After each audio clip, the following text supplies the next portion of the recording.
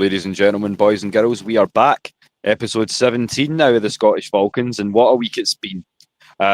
You're getting us running from the fumes, the dregs of the fuel tank, so to speak, because it was a late one last night and there's been a lot of prep to do. But we're glad to be back with you.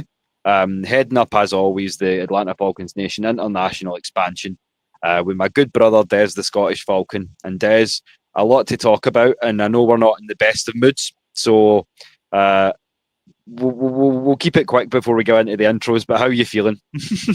Mate, can you ever remember the film Bruce Almighty, where he becomes God and you see Steve Carell at the news desk, and he's literally going, blah, blah, blah, blah, blah, blah, blah, blah. If that happens tonight, viewers, all I've got to say is I do apologise, because we are literally, and what I would say is this is a dedication of international NFL fans. I have been up, so I've literally had to go to work and be at work. So I left the house at probably 7:45 this morning. I think I got to sleep this morning at 4:30. So I'm running on about 3 hours sleep. I would say if any have got any shares in the energy drink companies, then I'm pretty sure your shares have been through the roof. I think I've cleared Scotland out of energy drinks after today. So, when you're questioning everything about how dedicated we are as Atlanta Falcons fans, that shows you exactly what we go through.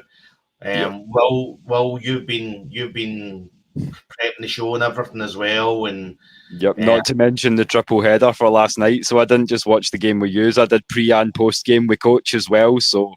Yeah, your boy's been grinding, but I'm paying for it now. But shout out to the chat, because I mean a couple of early comments already. Auntie Pam, shout out to the Ladybirds. Always repping, always showing love back. And also we've got Tony Hall dropping the red and blacks. We love to see that, Antonio. Thanks for being in the building with us. Absolutely. So yeah, as we say, it's been a crazy weekend trying to schedule all of this, but to start off, there's a lot to kind of go into. But thank God the preseason is over. That's all I'm saying. Thank God. 100%. It's been a long slog to get here. And in a way, I was saying to my friend who, you know Darren from the chat, he's a Cowboys fan. And he said it was good to see some of the guys who were like second and third stringers. I mean, I know it was like a makeshift offense we had, and I was like, you want to talk about makeshift though? So it was all in good fun and all the rest of it, but there's a lot about the team performance last night that I ain't happy about, and we'll get into that in a little bit, because there's a few standout examples of how to do it, and a few standouts and how not to do it as well, you know. What I love the fact is that effectively Raheem Morris stood in that in the changing room last night and said, let's all put on a terrible display. Let the Dallas Cowboys win it with ease, so that we can all give Will's mommy some hope that this is going to be the year. Dak Prescott's already come out saying that this is the year of winning the Super Bowl. But what I would say is you have to give their I mean, again, I don't know much about the Dallas Cowboys roster, but if that was their second and third string offense, I mean, it done well. It was powering by. So yeah, particularly in terms of the offensive line. I mean, I said that a few times during the watch party. Like, their offensive line, they're always huge and they're always well organized.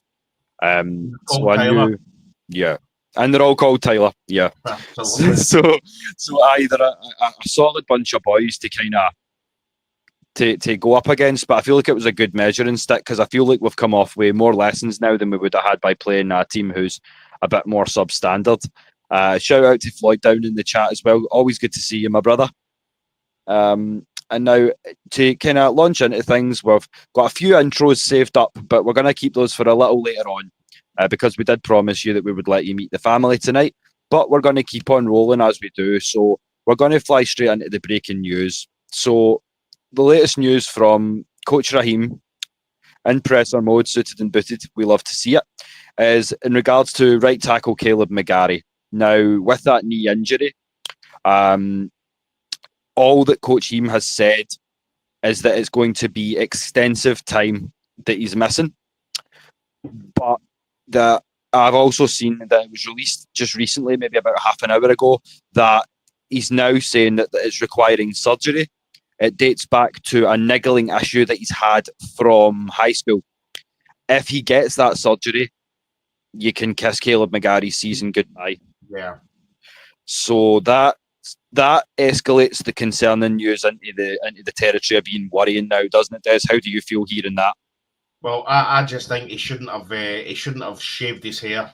That was it. He brought all the bad voodoo and the juju or whatever you call it. Brought all that on him. So keep the goatee beard and keep the hair, Caleb. But on a serious note, mate, it's I mean, losing as we're looking at from the last game last season. We've lost Drew Dolman. Now Ryan Nuzzo has stepped up and he's been proficient when he's been asked. So yeah, fair play to that. But Caleb McGarry is a big loss. I seen a comment today as well from Raheem Morris about Elijah Wilkinson and how they're confident and they're supporting Elijah Wilkinson. And I mean, we're at a point where, again, as we've said before, at some point in pre-season, they had to at least try out each position with a backup with the actual full-strength O-line to see exactly what would happen if anybody goes down. We really don't know what we're going to get from, if it's going to be Elijah Wilkinson. We really don't know what we're going to get from him. If I'm Terry Fontenot, I'm literally kicking down 31 doors to find out. And as you said quite a few times last night in the watch party, some of the Dallas Cowboy guys, you said that some of them will be cut. Well, if some of them are cut, then let's grab some of them. Mm-hmm. Yeah, that's definitely bodies we can look at, and I've singled out one in particular that I'll shout out a little bit later in the show. Their right tackle, funnily enough, Lyle Collins, who played a lot against us last night, 71. I think he would be a great pickup for us, and it's another one to throw into the mix when you're talking about Jedrick Wills or Wanya Morris. It's like, here's another one, because you need to also think, as you say, as Coach said yesterday on the pre-game, 31 tackles are going to probably cut. 31 teams are going to cut probably 2 tackles each. So that is 62 tackles flooding the market. Yeah. So that's a lot of guys that we can potentially look at to bring in for backup as well. So yeah, good to see the boss lady in the house. We've got something special saved up just for you.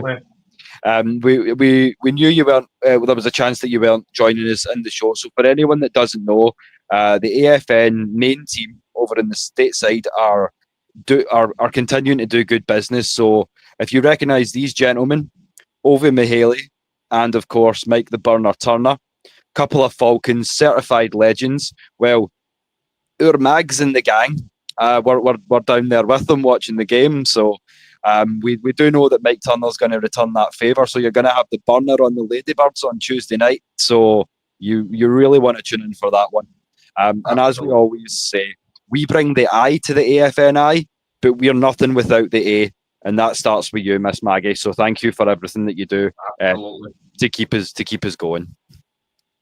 But yeah, just as we say, the Caleb McGarry thing's worrying me, and as you say, speaking as somebody who did trim my hair recently, I think it might have something to do with that whole Samson complex, you know. I mean, so obviously we like to sometimes talk about stuff that happens in the UK. You remember years and years ago how there was a soccer player called Henrik Larsson, and he cut his dreadlocks. Now he was a phenomenal goal scorer, and he cut his dreadlocks and went through like 4 or 5 games where he didn't score at all. Yeah, and I remember fans of all the teams were saying it was because of the dreadlocks. He's cut his dreadlocks, and that's not, now the bad juju's came. And it's the same with Caleb McGarry. He should have just kept the hair. Yeah. Well, with any luck, I mean, look at the way Larsson's career ended. He ended up at Barcelona, even with the shaved head. So hopefully Caleb can bounce back in a big way too, you know. So, but Absolutely. and then you're talking about breaking news. Des, there's one that you brought to me tonight that I wasn't aware of. Now, we noticed Mike Rutenberg on the sideline, and you went, yeah, that's a new one to me. But apparently, it's come out down the pipeline today that defensive coordinator Jeff Ulbricht's dealing with a personal matter at the moment.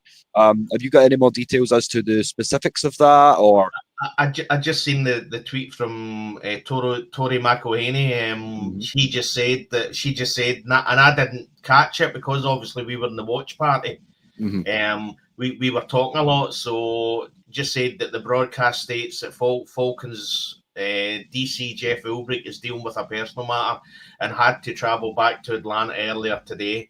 Defensive pass game coordinator Mike Rutenberg calling plays in the first half, and then assistant head coach defense Jerry Gray taking over play calling in the second. And to be honest, when we watched that and I seen Mike Rutenberg, I remember saying to you, that's a new one on me. So yeah, I mean, the defense actually played okay last night. We'll get into it, but effectively, you want these kind of things to happen now. I don't think there's any truth to the rumor that he was going home to get that son of his and put him over his knee and give him a good scalp because he cost him like $200,000. Oh dear, maybe there was something to that. Maybe not. I don't know. But yeah, just to keep the good vibes going. Twin Peaks and Buckhead. The ladies are saying they had a great time, and as I said in the post, lucky, because as the international fans, we would love the chance to rub shoulders with the legends. So, as I say, you guys that have the chance to do that, it's a great opportunity. So next time the ladies offer, you don't want to turn down that opportunity. That's all I'm going to say. This ain't tiredness. It's that's oozing out to me. It's jealousy. You know what I mean? Yeah. I would say, I mean, Michael the Burner Turner. I mean, I watched him when I get involved with the Atlanta Falcons and watched it from afar. And he got the ball. It was just phenomenal. What a player! You know what I mean? 100%. And that's why I love Tyler Algier so much, because he reminds me of that sort of archetype that Mike had, that skill set, and he's also quite similar in sort of physique as well. So I mean, there's a lot of good things to take from that. But yeah, as I say, when you're talking about Ovi as well, and another legend coming on the show, it seems like you've got all the legends lined up between, as I say, Miss Karina, the Bird Lady. The hits keep on coming from the Lady Birds. So if you're going to show love, don't just show love to this panel. Spread it all around, and remember to keep it AFN. We always try to stay dirty, so we want you to stay with us. Absolutely. So yeah, as I say, when we're talking about like big news, it's completely expected. We all knew this was coming, but thanks for popping by, Ben DiNucci. Your entire Falcons career was one pass, one interception. Yeah. So say about that what you will, but yeah, I knew that he knew even. As you say, Des, he was in the airport saying that nothing quite compares to that 7th cut from the NFL beer. Y'all don't know what this is like, and it's like, well, I think from that body language and from that wording, he knew the writing was on the wall.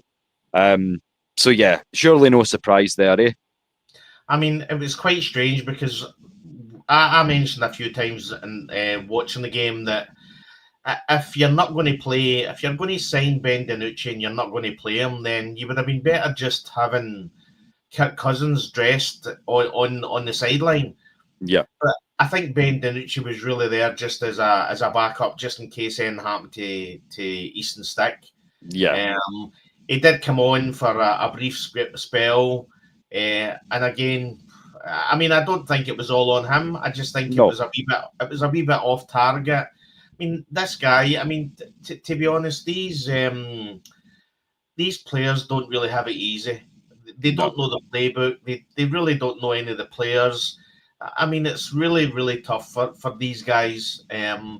They've played well enough in college football to actually get to the NFL, whether they're journeymen or backups or whatever. Mhm. From the percentage wise, they're the top 1%. So, Yeah. but yeah, after, I mean, you seen him for a brief spell, and he threw an off target throw. I can't remember who it was to, and it was picked. So No, and again, as much as it's not, as much as that is on the receiver too, because as I said to you in the watch party, both hands to the ball. Don't be slapping at stuff. And that's maybe I had a hand in it too. But my first apology would be to the guys who sat and made logos like this one, because you've sort of wasted your time. The man is gone, and as I say, thanks for coming by for what little contribution you made. We were glad to see you come in and at least try to make a stand and make the roster. Um, so thank you for your time, Ben. And as I say, we hope you can get an offer somewhere else and yeah, maybe make the most of it this time. But it wasn't to be. So yeah, sorry about that. yeah, and again, just really, as we'll get into it, really, really strange preseason. Just really, really strange. I look Yeah, back on last preseason. We lost all 3 games last preseason as well. And you see Dallas Cowboys kicker kicking 64 yards. mm, Um, and then again, there's just a lot of things to talk about. You look back on the Titans game and you hear Raheem Morris saying that he didn't have Craig kick because he wanted to win the game. yeah, This coaching staff in pre-season, they're no interested in winning a game. This is literally about developmental players and trying to develop players. yeah. And I And mean, when you say that, I mean, let's get into it because this is a great way to start. So, what the hell happened? We lost 31-13 in Arlington to the Cowboys last night. We were stopped on the goal line as time was not even expired, but rather abandoned. We were stopped on the goal line. Dallas got the ball back, and they went, "Nah, that's it." And the handshakes were started. So the fact that we couldn't have at least made it 31-20 pisses me off a little bit. But as I say, we've had issues with running the ball. We've had issues with defending the run. We've had some issues pretty much all around. There's always somewhere, and in pretty much every position group, there's a fault that we could find. well, Sadly, when Felipe Frank's touchdown is a highlight of your game, you know that it's not went well. And fair play to the big man. He put his heart and soul into that, yeah, getting that touchdown. and he's fucking back end as well. You see the takeoff on that flip. Absolutely. As I said, his father, Arthur Smith, will be a proud man watching from home, watching his son, Felipe Franks, getting a touchdown, because I remember all through pre-season and all through getting onto the roster and everything, Felipe Franks was always there with Arthur Smith, and all the Falcons fans used to say he's either got something on Arthur Smith, or he's effectively a hidden son somewhere. Yeah. So, because I mean, he's obviously improved. He's went to Carolina and he done well in Carolina. But yeah, fair play to the boy. But when you're talking about a preseason game and that's a highlight, you know it's not went well. Oh, 100%. And as you say, I mean, Maggie can drop all the special guests she likes, but in the last 2 episodes, we've had Sigmund Freud, and now we're asking for Maury Povich. So, are you or are you not the father? Yeah, absolutely. what I would say as well is, talking about the watch party last night. I mean, if we had to actually broadcast that, I mean, we'd be banned for YouTube for life. Yeah. Because the profanity from a few of the Scots was I mean, it was tough to watch. It was really, really a tough watch. Yeah. We're already effectively out our head because we're so tired. The game's starting at 1 o'clock in the morning our time. So that's there enough. So I'm grumpy enough. Yeah. And then we had to watch that, and it listen, there's no other word. It was appalling last night. It was the fact that we can grasp onto the fact that one of the coordinators wasn't actually calling plays is one thing, but I'm just, the best way to describe pre-season is a bit like describing Raheem Morris's press conferences. Yeah. There's a lot done, but you just don't know what. I mean, Raheem talks a lot and says nothing. Yeah. This season, we've played a lot and really we've learned nothing. What I would say is what we have learned is that the backup O-line is woeful. It's not fit for purpose. No, 100%. And I mean, somebody who was talking big things about the O-line last night is down in the chat again. Mad Mike, it was a pleasure spending some time hanging out with you and the fam last night. Mike he, was agreeing with us. He's not at all sold on this O-line unit either. The depth's just not there as you'd want it to be. But yeah, it's not been good enough. Not nearly good enough. And I'm just looking at this comment here from Auntie Pam. It was the third and fourth string trying to make the roster. Yeah, that's all it was. As Coach Heem said, it was an assessment week, nothing more. But if you watched the same game as we did, there were points where we were asking, what the fuck are you assessing? Like there were points where I felt like the energy went out of it. And to Mike's credit, he suggested that it was maybe that they were looking for some finer details. They're like, slow it down if you have to, but I want to see you cut a little bit more like this. I want to see you hit a little bit more like this, for instance, and things of this nature. So I can see that a little bit, but at the same time, nah. When you're playing a conference rival like Dallas, and it's game speed. For all intents and purposes, yeah, it's preseason, but you should be going live speed for that one. But again, we need to, at some point, we need to question the fact that, yeah, we might have a really, really good offense and a really competent offense, but the backups, as soon as we have, I've already said, we're 2 injuries away from having an average O-line, and 1 injury's already happened. Yeah, that's true. And it's the same with the offense. You're at a point where you're looking, you think to yourself, if we have major injuries, then what I would say is that there's a few positions that you can be positive about. I would say the running back position and the wide receiver position.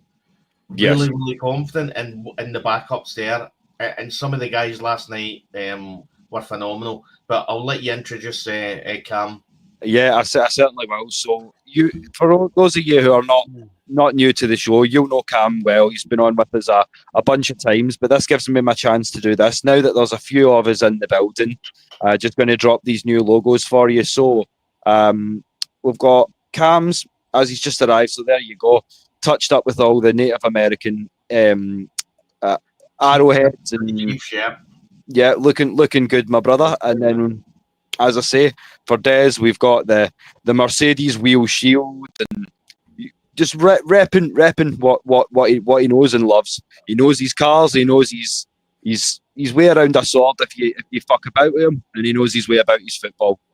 And then, as I say, if I can't beat them, I'm going to join them. So I've even tweaked the colours of my logo because I can't be the only one off brand. So black and red, everything, you know how it is. But Cam, thank you so much for being on again.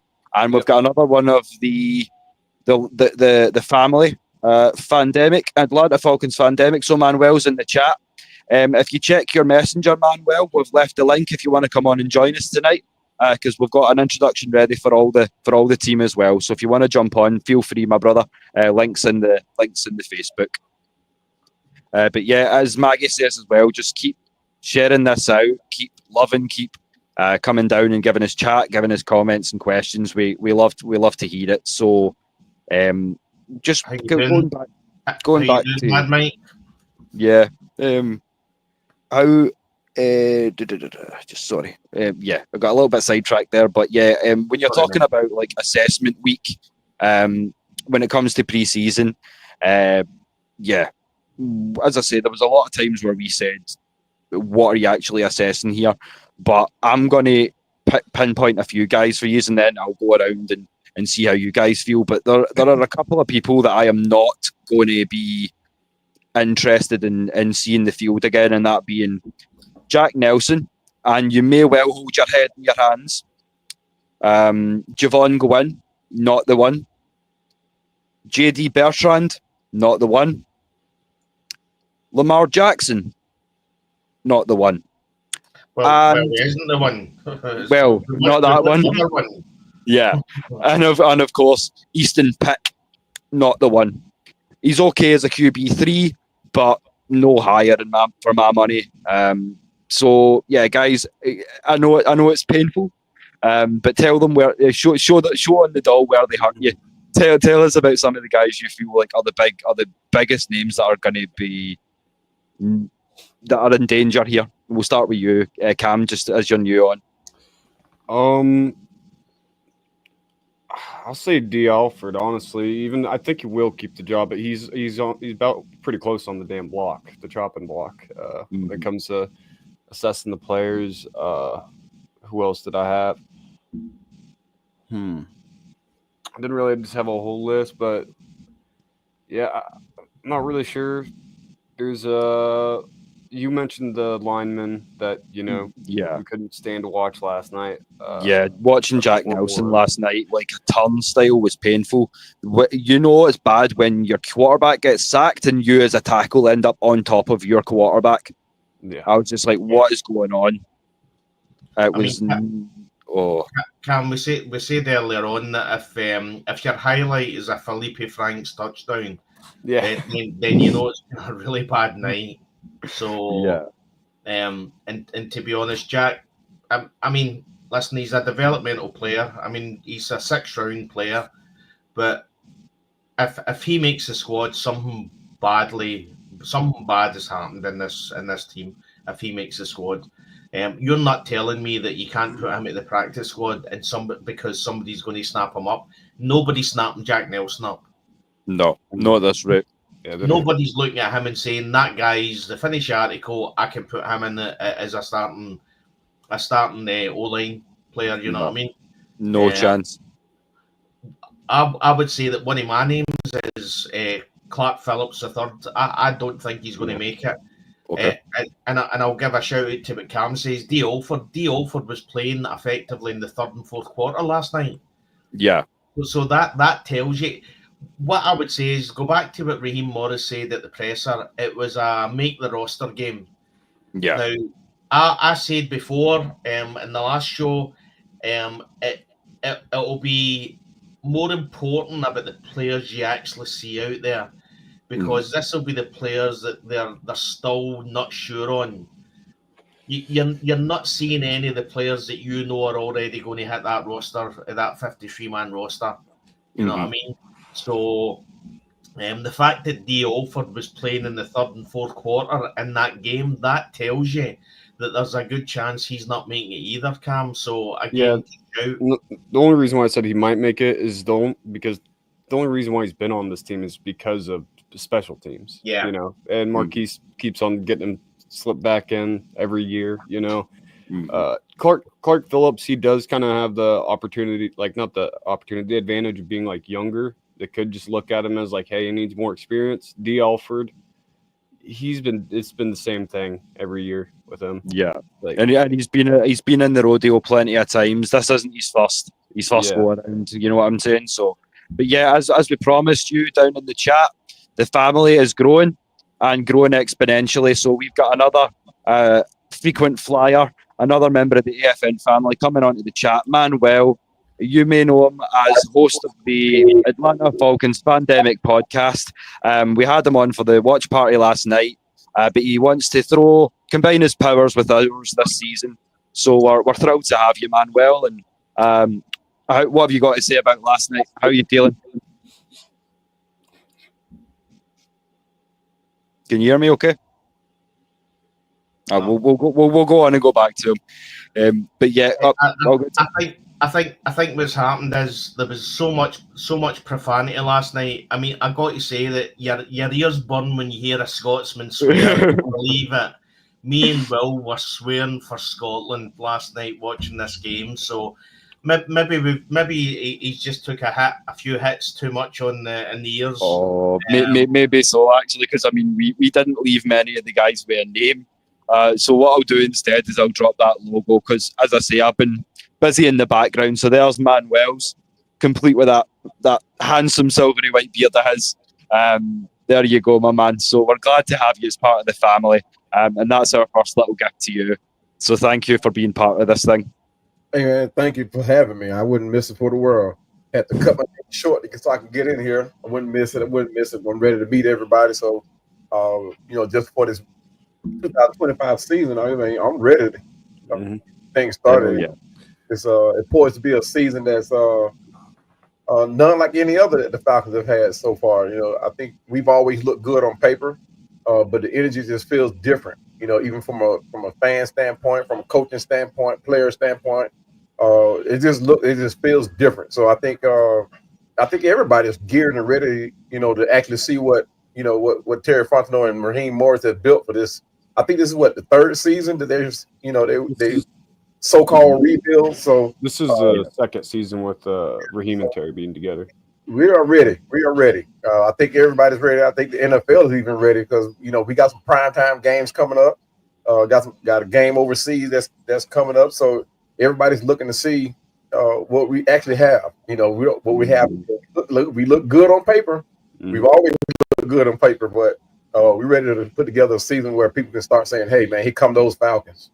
Yeah, and that's the beauty of it all. I mean, I feel like I've said to Des many times that we picked the right season to be year one for the AFNI because the response from the States, you guys want to come on and join us for the shows, has just been so amazing, from the support that we've been getting from the rest of the AFN crews as well, from Mad Mike and the boys. Just the love all around Atlanta for the international crew has been really great. So we can't thank you enough. So as I say, as Floyd says, join us as we rise up Scottish style. So yeah.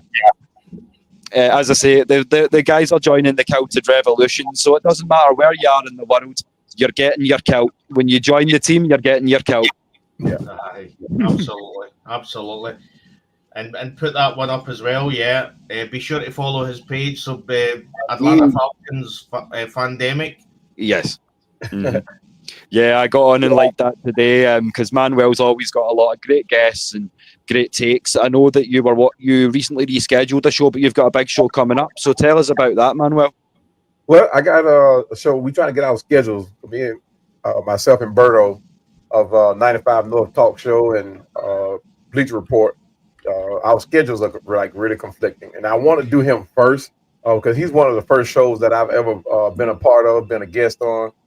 He's really the one I'm really kind of got me started pretty much, along with a lot of other content creators that have had me on. I've been on part of a lot of platforms where people, allow me to voice my opinion or, voice what I had on my mind. But Berto was kind of like the first one. So I wanted to start out with him first. It's been a blast with everybody, but Berto, he and I just kind of hit it off the first time that I was on his show, and a lot of insightful stuff. I'm an old school guy, so 1978 I became a fan.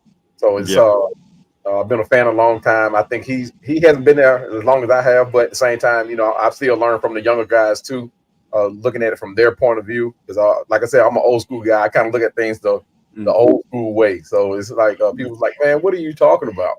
So, but yeah, man, I'm here now, and I'm ready. Hello, Miss Pam. So, you're now and you're ready to stay. So, exactly. So it's a transition for me. I got to get accustomed to what the younger guys are saying. I know the game has changed a lot. With the way the game has changed, I'm hoping that the Falcons can find a way to change my. I've been kind of ready for a long time. I'm ready for a Super Bowl, man. Hell yeah, I'm with you there. And when you're talking about that kind of thing, like I agree with you so much. It's kind of good to get the takes from Falcons fans of all ages and all walks of life. Because I mean, you've got Cam in his 20s, I'm in my 30s, Des is up into his 50s, so we're covering all bases. Yeah, for the amateur. Thanks. Don't worry, brother. You don't look a day over 49. Thanks very much. Appreciate that, mate. I know who's going to get killed tonight. Oh, do you know what? I'll probably die in my sleep for not having enough of it. So if you don't get me, the lack of sleep will. Earlier on, Manuel, when you had sound issues, we said that maybe because of the profanity last night on the watch party, you've obviously we blew the headphones off because. Well, it was nothing new to me. I probably have laid out a few of myself because I mean, like I was telling him last night, like when we lost every Super Bowl that we've lost. I mean, I've done something to my office that was like I have to go in my pocket and replace it. I've been through like maybe 2 or 3 TVs. This is my second Falcons chair where I launched it off the back deck. So it's I mean. It is what it is as a fan for me, man. I mean, it's I do all of this stuff, man. You ought to see my man cave, man. My wife is mad. I took over a room that she wanted to use, so it's all Falcons around here. When we got together, she was a Dallas Cowboys fan. Her whole family's Dallas Cowboys. My apologies. Yeah, exactly. So, but I told her in this house, no, it's not happening. Not a Cowboys. No, not a. So she's a Falcon fan now. My sons are. So it's been different. So but her family is looking at her like, are you crazy? But she had to come in because I'm the man of the house. I stand foot down. I got to do it. And that's the thing as well. Like as you say, it's great to hear you guys' stories as well, and kind of finding out from where we all came as it pertains to our history as Falcons fans. So this is why, as I say, I've been lobbying for this show in particular for so long, is to get the chance for, like as I say, you'll hear me and Des talk so much on these shows that you will get sick of us at times. Yeah. So we like to open it up to the family. So I've been lobbying behind the scenes with the guys for quite a long time. So it's time for y'all to meet my team. You know Mike's team, you know Maggie's team. Now it's time for y'all to meet my guys. Yeah. Well, I'm one of those guys that I mean, I'm trying myself. I'm trying to stop cursing. I'm former military, so and Navy at that. So I was like, man, every third word was out of my mouth. Well, I was laying it out. So I'm trying to like curb it. Ever since my first son was born, I didn't want him to hear me, talking like that. But trust me, when they weren't around, man, I was, like I said, I was lunching them out, But I'm a former football player, former boxer, so it's like wow, that my language was like different. So that's why a lot of times you hear me going because I'm trying not to curse. That's my thing, but. I guess this would be the one where if you do let a couple of bombs fly, then you're not in the panel that's going to judge you for it. Put it that way. We're all guilty of it. Yeah, come. Listen, I promise from now on. I promise not to swear. Or from my point of view, I want to be in a position where I don't need to swear. And the Atlanta Falcons are doing so well. Yeah, I want butterflies and flowers, and I want to talk nice things. I don't want to be on screaming and effing and jeffing, as we would say. Oh yeah. About how bad the teams played last night. You know what I mean? So yeah. Well, that's a good segue there, Des. So if you want to talk nice about some people and you don't want to be effing and blinding, then. On a positive note, we did have some standouts from the squad last night. Yeah. So again, I'm going to pull them up in the form of some photos. But for me, those guys were Nate Carter. Again, he ran with purpose. He ran with power, with tenacity. I love to see it. Also a special mention to Sean Corbin, coming out of the UFL from the San Antonio Brahmas. More of a return guy, but he was running the ball plenty well himself. And then, as you say, most of the caveats in terms of positives come from the receivers and backs. So again, shout out to Chris Blair, and another good game there from Nick Nash as well. Who we wanted to see more from. We were talking in the last show, and that was someone who wanted to see step up. So what we'll do is we'll go around the table. So we'll start with you, Des, and then we'll go around. Who were your guys that kind of stood out for you that really made you go, okay, maybe you will make the 53? I mean, so you mentioned Nate Carter. So I've got three names. I've got Nick Nash, Chris Blair, and Nate Carter. I mean, I would love to see what Nathan Carter does with the first team O-line, because the speed and the power and the movement he's got, he's so shifty. I've said before in another show, he's so much different to Bijan and Tyler. He goes. It's like a start. It's literally he's at a standing start, and then all of a sudden he's past players. Bijan does it with movement. He just does it with speed. And I would love to see what he would do with an actual decent O-line in front of him, because as we all seen, I mean, he's got a woeful O-line in the backups, and he's trying his best. Put him in with the full string, then I think he's going to be phenomenal. And to be honest, there's no doubt this coaching staff is looking at the fact that Tyler Algier is going to be away at the end of the year, and they're looking at Nate Carter and thinking we could just pop him in, and he's ready to go. You know what I mean? I would agree with that. And before we continue on to you, Manuel, I need to address this down in the chat. So I'm guessing Louis back. He likes to come in and play some of his games, and I would warn you, Kiddo, that we are not playing tonight. We've got bigger fish to fry than the Patriots, so you just stay in your own lane. Stay in the AFC East, stay quiet, and we'll have no problems. So anyway, Manuel, who were your standouts? I just wanted to ask, how did the Giants go? How did the Giants game go for the exactly. I stopped watching that game. How many points did it end up scoring? Like 40. It was 40 something. I forgot what it was. Yeah, 40. 10. Season game. Wow. And I'm surprised. I'm surprised he showed his head. But anyway, last night, Chris Blair.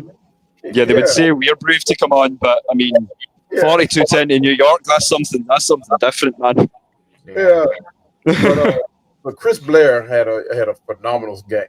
I mean, he just picked up where he left off last season. He showed flashes, since he's been here. But we saw the true Chris Blair. He solidified his spot last night.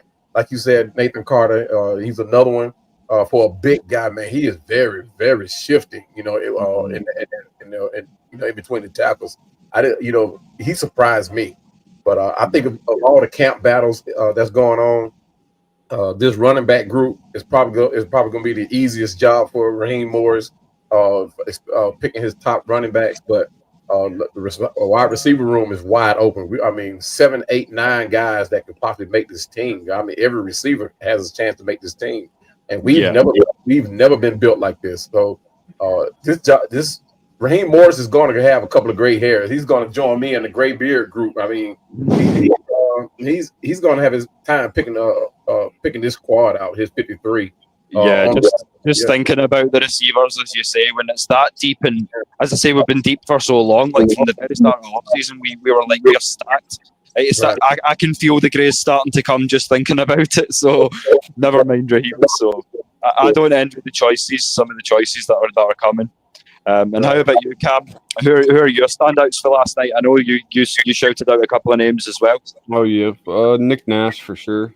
He got more targets, so he actually got to look like the guy that you kind of were expecting to get out of a player like of his caliber is. Like, is a bit lackluster in the past 2 games, but he wasn't really getting those targets.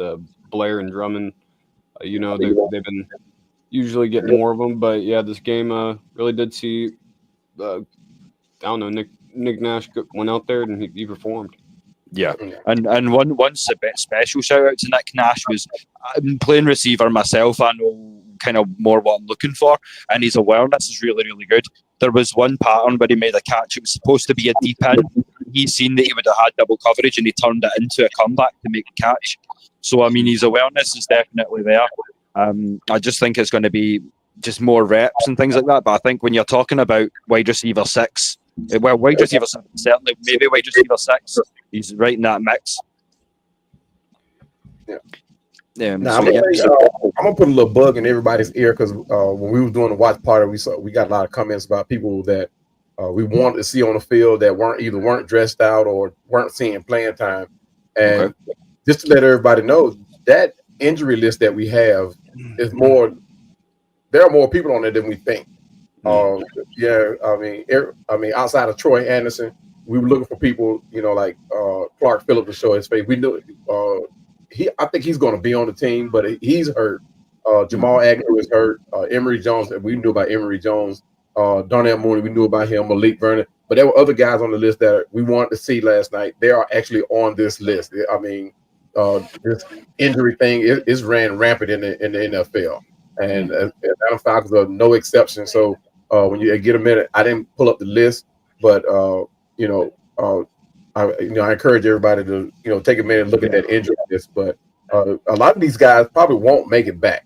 They probably get waived. But I don't know what to say about Troy Anderson or why they kept keeping him on. Because I mean, he's a viable guy. I love what he does, but I'm trying to figure out why he's lingering on this team for so long. He's not available when we need him. Especially when we're gonna need to pick up someone that gets cut from like an offensive line from a team or something, because the Falcons are gonna be looking for anybody. Yeah, and as I said in the last show, like when you talk about Troy Anderson, what you also have to bear in mind is that even if we activate him for week 1, he won't be eligible to play until week 5 because when you come off a pup, you need to observe 4 weeks. So again, I would be thinking about maybe saving money here. But while we're on the subject of money, I mean, this is another great one that I can pass around the table, because does money still need to be spent, do you think? And if so, where and for whom? Now, I've got another few photos saved up. Again, it's mainly to do with the offensive line, because I feel like that's where the bulk of our struggles were.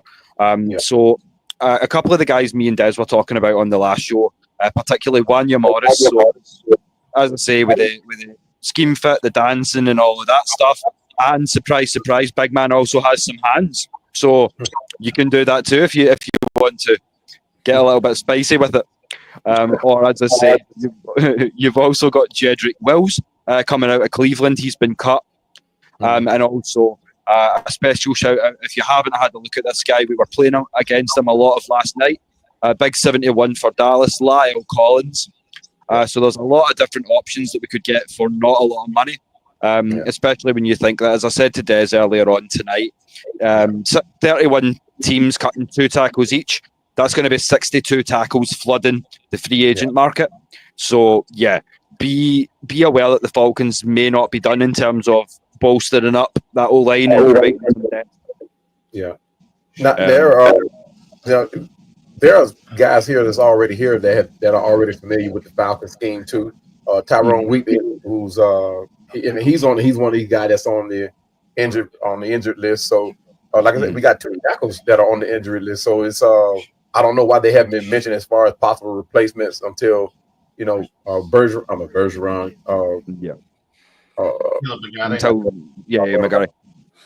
McGarry comes back, but it's like I said, we got guys here, and I don't know. A lot of people have went in sideways on Jack Nelson. I thought he played pretty doggone good. I mean, he got pushed back a little bit, but for a rookie, I think he played pretty good. I wanted him to see him play on the right side though. As opposed to the left. That was a twist. We saw Parker over there on the other side. So Parker, I mean, I thought Jack Nelson played a pretty good game for a rookie. You know, somebody coming into a brand new scheme. You know, he came from a totally different offense too. So him coming in. I feel like for Jack Nelson, his problem is the speed. I would say discipline, but it's the speed adjustment to the pro game. I feel like I would put him above Brandon Parker, but at this time, I would still be looking to see what Elijah Wilkinson's got.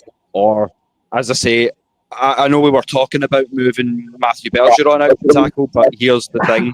We are facing a really dominant, really hard-hitting interior D-line in week 1. So that would not be the week I'd want to move a strong piece out of the interior when you're playing against Vita Vea. So, yeah. One thing you got to keep in mind, too, that this offensive line already has chemistry. It's already there. So if you move Bergeron over to the other side, then now you have opening up a problem right there with Bergeron, who has not played there all year or last year. Yes, he can play that position, but at the same time, he has not developed chemistry on that side, you know, as opposed like he did on the other side. But you would rather that guy, this line stay together as much as possible and not get interrupted. And but you have that one problem with Caleb McGarry. And you have a smart guy like Chris Lindstrom. I imagine whoever we put in that tackle spot, Chris Lindstrom will be that voice on that line, to keep that chemistry there, and help out where needed, giving him pointers, or because Chris Lindstrom plays tackle too. So it's not like, he won't have any help on that side. So it's I would rather keep the line together as much as possible, as opposed to bringing somebody in and swapping bodies around, with the team like this, man, you don't want to say, "Oh man, we should have done this, we should have done that." I don't like it. I'd rather leave him like it is. I would rather bring in Tyrone Wheatley and Wilkinson, people who've already been affiliated with the Falcons, know the Falcons scheme, that could come in and possibly help out and stay healthy at least long enough for McGarry to come back. I think McGarry is standing to be out 4 to 6 weeks with his injury, so. I think we can sustain to the end. If we can't sustain to the end, we need to go shopping out there and find somebody. Yeah, I agree, and this is why we love doing the bigger groups, because as Maggie says, it's a great conversation starter. I mean, just passing it around, getting everyone's thoughts, and as you say, Manuel, I would definitely think lean more towards keeping at least the interior together for that O-line. There's tackles we could get, but as you say, with guys like Wilkinson and that, they know the scheme, they've been here a minute. So, showing that trust would be... I wouldn't be against bringing someone in as depth, just in case these guys aren't getting it. So maybe a Lyle Collins could compete to maybe get that starting job. But I just want to make sure that we have as much protection as possible for MPJ and for the backs. And that's kind of... Whatever puts us in the best position to do that, that's kind of how I'm feeling about it. But it's tricky to say because, as I say... We don't yet know what Caleb's prognosis is going to be. We don't know if he goes for surgery. If he does, we don't know if it's going to be the full season. There's a lot of different things we need to discuss. So I wouldn't be against signing another lineman. But, if we can get results from what we've got, then that would be the ideal situation. But before we start looking forward into the regular season and start talking about some of those things... we've kind of touched on it a little bit, boys, but just your thoughts on pre-season as a whole. Now, I'll start by just saying I'm glad that it's over. I want to see some real football with a team full of starters. I want to see what Penix Jr.'s got to offer in a full 17-game stretch. So that's what I'm here for. So we'll do the circle backwards this time. So Cam, how are you feeling about pre-season now that we're closing the doors on it and looking forward? I'm ready to see the starters play. I'm ready to see Bijan play, Penix throw that ball. See Pierce, hopefully Jalen out there week 1 against the Bucks too. But I hope so. Like it is funny because like not a lot of people have been talking about the Falcons like in media just because it's been like preseason not playing starters and all that stuff, but I'm ready for people to start talking about the Falcons just other than Falcons fans too. Like Yeah, and I'm kind of tired of being the meme of the league. So if you're going to talk about is put some damn respect on my Falcons name. That's that. Let's try and make that a thing. And Manuel, how are you feeling? Preseason over, as you say. It's good good to get to the real snaps at last, eh? Yeah, my mindset about the preseason is totally different now. When they started sitting starters, as opposed to not playing them and doing the preseason, my whole thought on the preseason process has changed. I turn off the scoreboard now. I don't, It was a time where I wanted preseason to count and like a regular season game in my book. I wanted to see us not only get a chance to view our rookies or whatever, but I want to also win the game too. But the game is different now. They don't play the starters. Coaches don't go all in. I don't even think Albrecht. I don't think he was coaching last night. I think somebody else was, calling the plays. But so I don't think nobody goes all in until the regular season. So the regular season, it is what it is. They'll look at the rookies, look at the undrafted free agents to see what they have. See what kind of what can be added to the team to improve the team. But like now, I just turn the scoreboard off. I don't even bother with the scoreboard anymore. We score. Yeah, and I was hoping you would say that because that was one of the great points I feel you made during the watch party. Yeah, we need to learn to kind of turn the scoreboard off. But as Auntie Pam says, we've got a good offense and we're going to keep growing. And I'm going to feed the troll again as well because we see here that someone's saying something about 0-3. But all I'm going to say to you is at least we're not 0-2 against Eli Manning in Super Bowls. Get him. At least we know how to handle Eli Manning. Right. So take it up with Eli and leave us alone. Right. They need to be concerned about their season. I don't think. Well, at least he's honest. He's came out and said, "But we can talk." So at least we'll give them we'll give you a cookie. At least you're honest. Let me go ahead and put it on the board for them. Yeah, we lost to y'all in the Super Bowl. Yeah, we allowed y'all to come back. So yeah, go ahead and get that on out your blood. So I mean, out of your mouth. So we know it's coming. You got that, but you got to come back.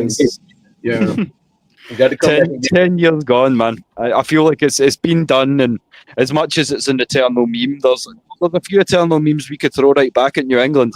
I mean, could you beat us if the ball was weighing the same as a normal regulation football? Or do you want to take some air out first? I mean, we could really go into some things if you want to. Like, so. I mean, it wasn't the Patriots. It's Tom Brady. It's not the Patriots. It was Tom Brady. They haven't done anything. And that's why. I hate to bring this up, but Belichick. Everybody's saying Belichick this and Belichick that, guys. Belichick was not Belichick until Tom Brady got there. So Brady was the coach's quarterback, and he didn't do anything until he won a division game. I mean, who cares? But he was not Belichick until Tom Brady got there. Everybody have their moments, and he got lucky. He really did. He picked one heck of a quarterback. Yeah, so it's New England Brady is what it is. It's not New England Patriots. That's it. And as we've said many times, I mean, you're a brave boy coming in this chat because if there's a Falcons panel you don't want to pick a fight with, it's probably this one. So, and that's the third time you've come in and you're up for round 3, so we've got to give it to him. He's resilient. I'm going to actually sit down and create 10 Atlanta Falcons commandments. And one of them will be, you do not call that man by his name. He's the GOAT man. The GOAT man, of course. GOAT man. And the Aints and the Patriots are the biggest cheaters in NFL history. They cheated a lot of the games. So from my point of view, that's what I've got to say on that. I mean, I don't want to. If there's anybody watching this, I don't want to watch a podcast talking about Atlanta Falcons. We're talking about the game that we should not mention. You know what I mean? Yeah. We're going to get to a point where we just mute the guy and we just. Well, then by your leave, then let's make this the last time It's been this will be 10 years to the day when we reach the Super Bowl, and it will be when we reach the Super Bowl this year. So it's about time we exercise these demons, I would say. So the power of him compels you. The power of him compels you. I don't want him to leave this group. So I want him to stay for the whole season. So don't get halfway through the season and decide this is not the place you want to be. So I want you to see coming at you. So come and get it here. I want to get to a point where they're talking about the history. If you look at the actual history of the Atlanta Falcons, it's not great, guys. It's not very good. No. We need to forget last year, forget 2 years ago, forget 9 years ago. I'm not interested in that. All I'm interested in is this season. As you said, preseason. What have we learned in preseason? Very little. Very little. What I would say is that probably the biggest positive, and I'm sure a few will agree this. This must be one of the first times that we've actually not played players down to the fact that there's a possibility they might go into the practice squad and we don't want other teams to snap them up.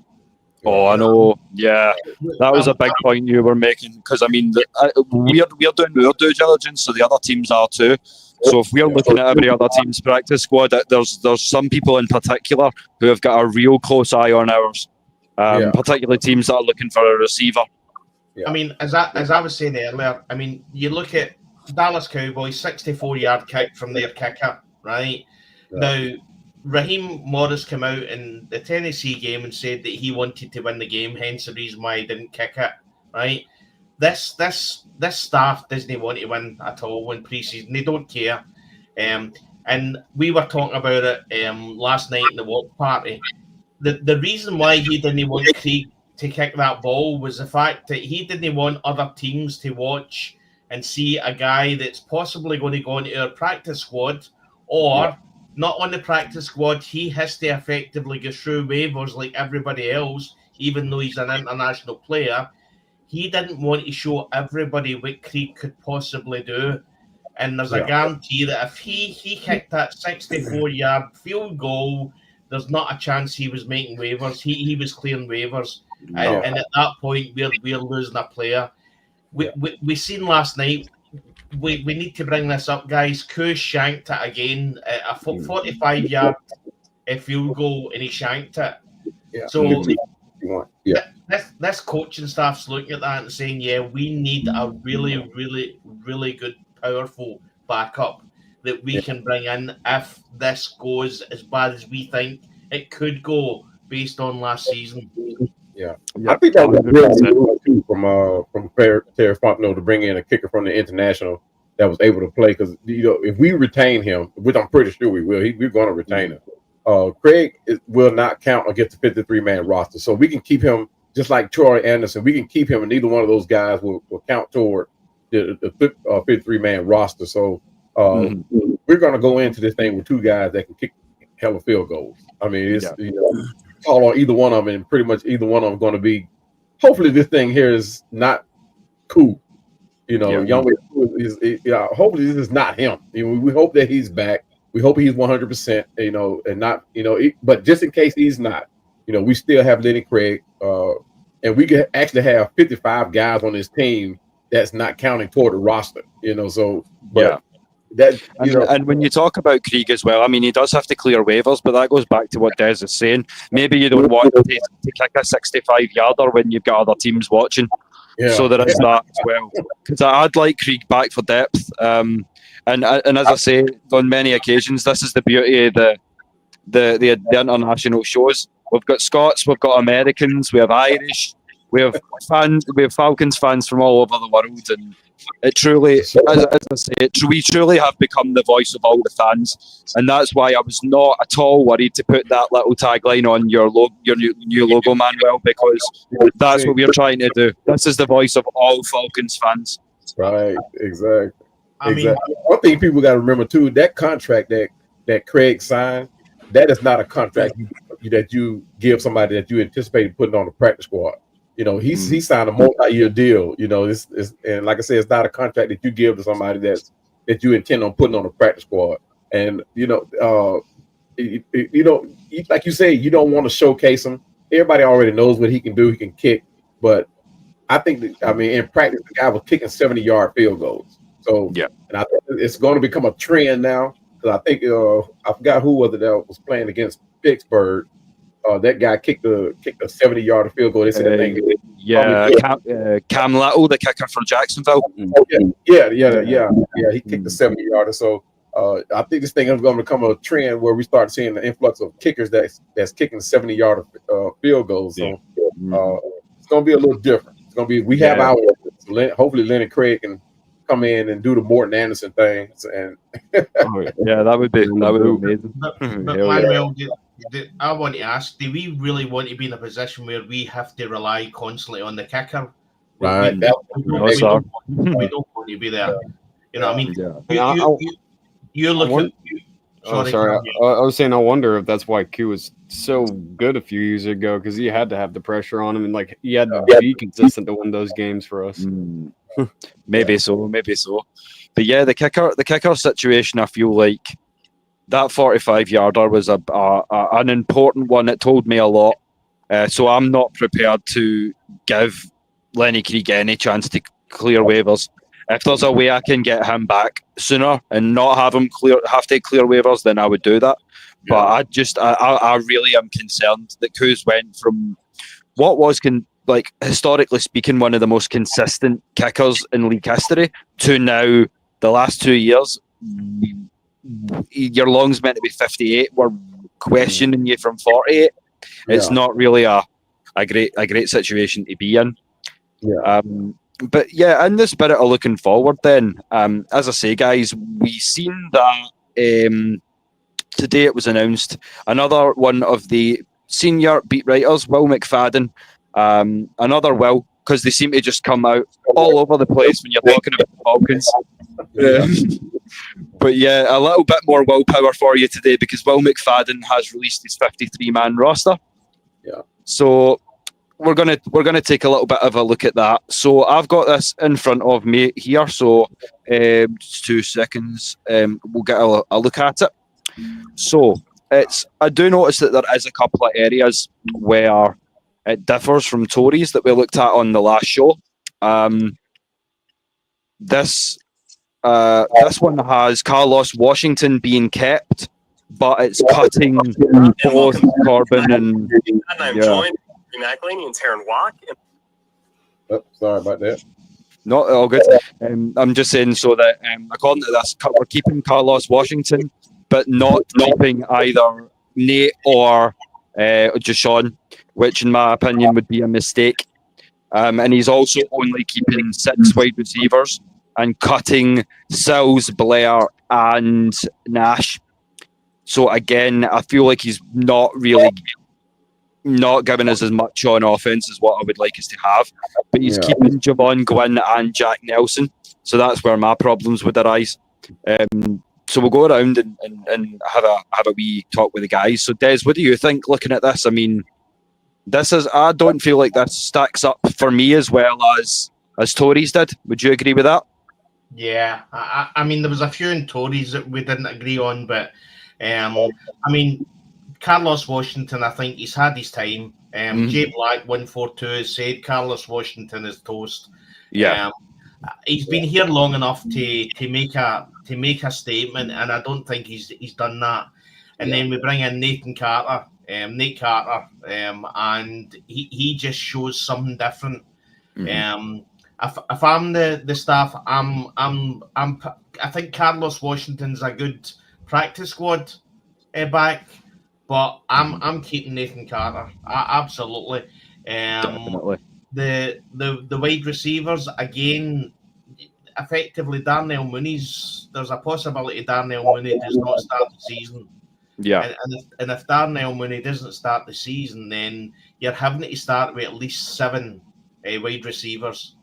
Possibly 8, depending on how Jamal Agnew progresses, because I mean he's missed time too. Yeah. So there there could be a position where we keep 8, possibly 9 guys and try to get 1 or 2 in the practice squad later in the year. So don't be surprised at that, because I mean, Sills is probably bottom of that list for me, but he's still a good weapon to have. He's played well in spots throughout the preseason.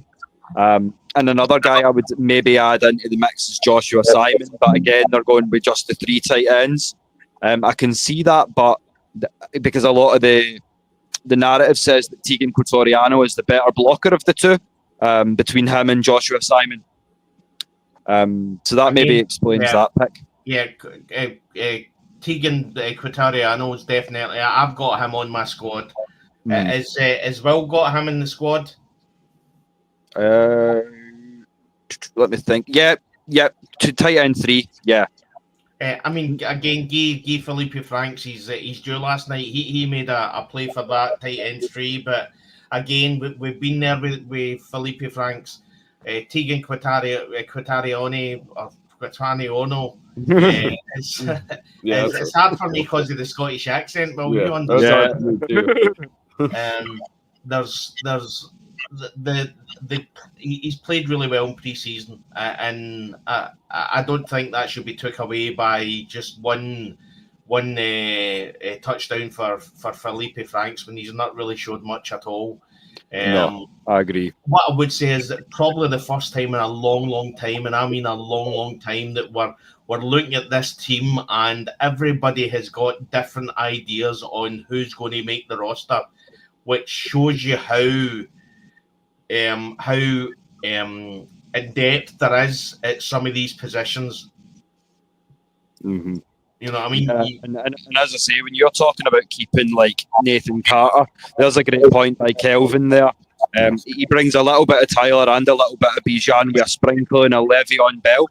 I see it. I see that. That's quite a good way to sum him up. He's got that speed that maybe not even Bijan has, because Bijan's excels in cutting and in movement. Yeah. But I mean that would be a perfect running back room for me. You've got power in Tyler, you've got cuts and movement and elusiveness with Bijan, and you've got pure speed from Nathan Carter. So I mean that kind of covers all bases for me. And then we'll have a look at this defense then. So when you're talking about defense, 7 defensive linemen in the interior, with the tough cut being Laquale London. I could see that happening. Yep, again, I'd agree with that. 6 edges, Floyd Ebiketie, Pierce Walker, Trice and Malone. I feel like Trice will stay, but he's not shown me quite enough. I'm not fully convinced yet. I think they will give Trice the benefit of the doubt, this coaching staff. I think they like what they like the potential in him. So I think they're going to probably keep him. What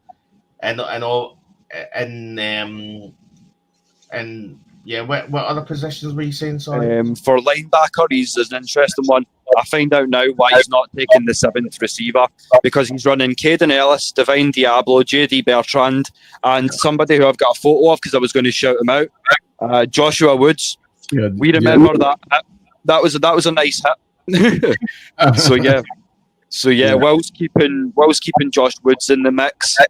And then we move on to corner. We've got the 6 names you'd expect to see. So Terrell, Hughes, Brooks, Alford, Bowman Jr., Mike Ford, with the tough cut being Clark Phillips. Oh my goodness! Yeah, absolutely. I mean, it ain't so. I know. No Manuel will disagree, but I don't see a place for Clark Phillips. I mean, I've said before, guys, we need to be in a position where we know ourselves, looking back on a couple of years in these teams, that there was players that were making the 53-man roster that should have been on practice squads. You know what I mean?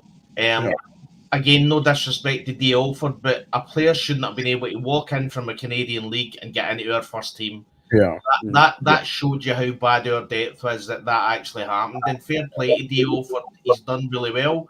But we need to be a position where the players that have played, and if we want to develop and we want to be a better team, there's players in this team that have played the last couple of seasons that are effectively the best position as a practice squad, and a good backup to call up, and that's what I see Clark Phillips as. Mm-hmm.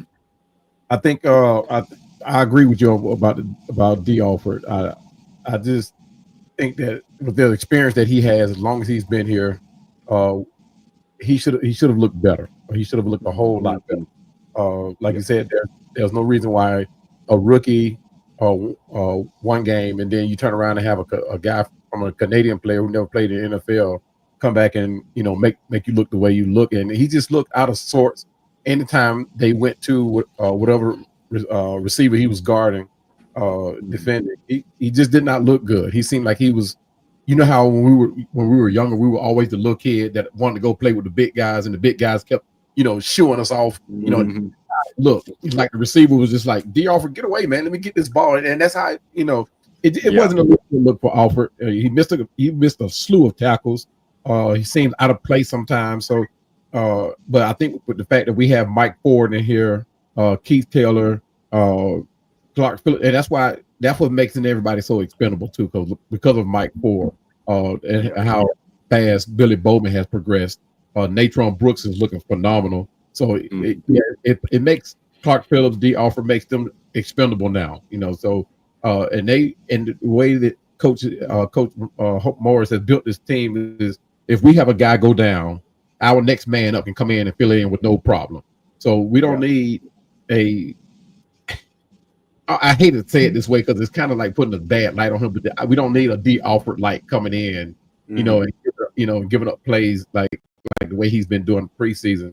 And flashes of this. And now, granted, DK Metcalf is a handful for any cornerback, but I used that game last year as when I critiqued D. Alford, and like I said, DK, that's not taking nothing from DK Metcalf, but like I said, he is a handful. But that game solidified to me that D. Alford is not the guy to be to be CB2 in the Vikings game. And Justin Jefferson is a handful too, also. But just like the way he even tried to cover him, he was already on his ass before you could even see where the ball was. Yeah, and so what we'll do is we'll let you finish it out, Cam. So with the tail end of this 53 man, we've got the obvious four names at safety, as you might expect: Jesse Bates, Xavier Watts, Jordan Tiller, and DeMarco Hellams. But a big shock when it comes to special teams, Koo, Pinion, and McCullough. That's it.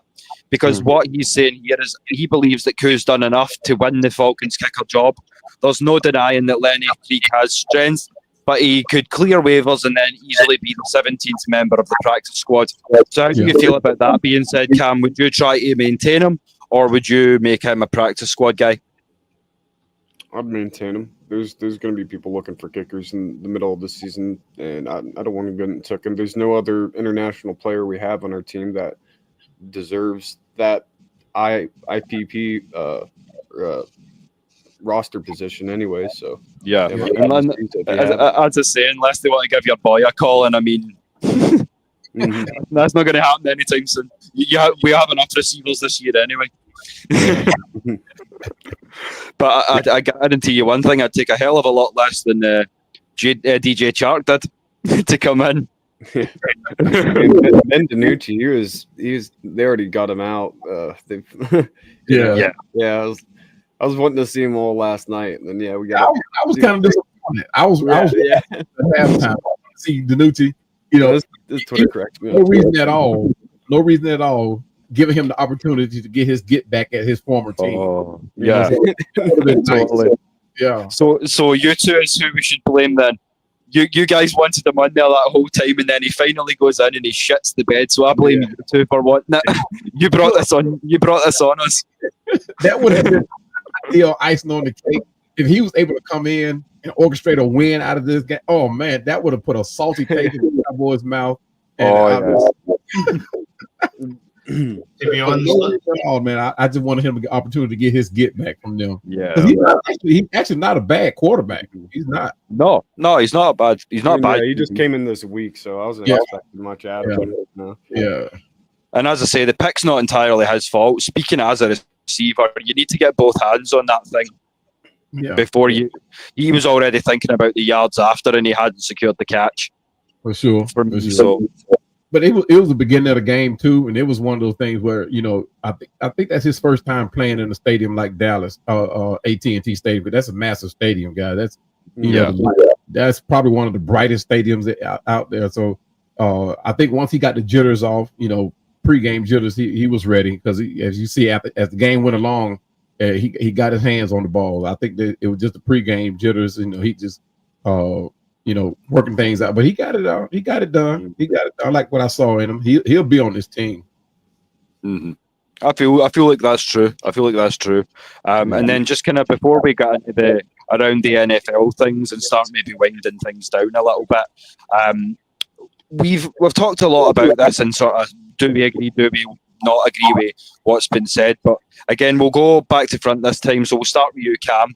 So is there any names that you feel we should have on the 53 that we don't? Do you feel there's any sleepers at this point in the off season where you're still going, nah, I feel he makes it?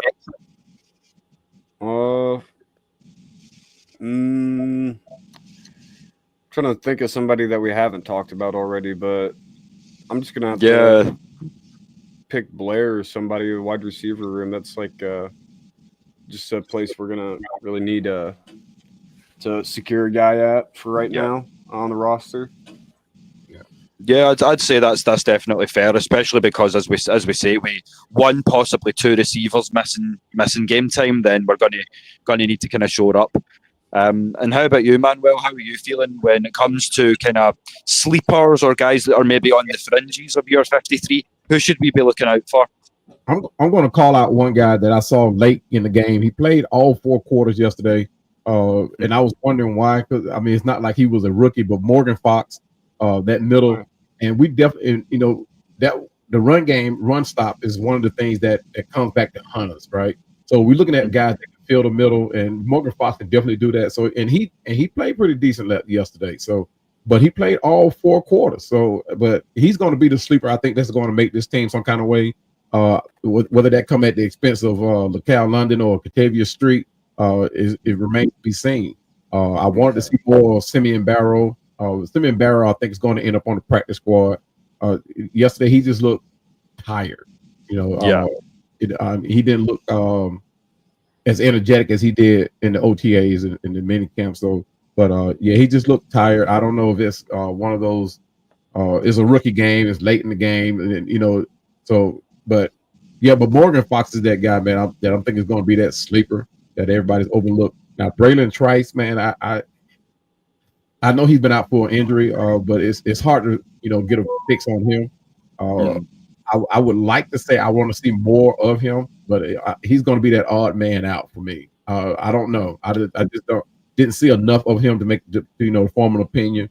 But when you have guys like D'Angelo Malone, who's a special teams guy that plays in the same position, Braylon Trice is not necessarily special teams, and that's one of the things Raheem Morris keeps hinting on in his press conference. He wants guys that can play multiple, contribute in multiple ways. And D'Angelo Malone, he could do it on the field as on defense and as special teams. So Braylon Trice is that one guy that's going to be the odd man out. Morgan Fox in, Braylon Trice out. Okay. And I feel like when you're saying that, a lot of the things that people haven't been maybe thinking about as much as the importance of some of these guys to special teams.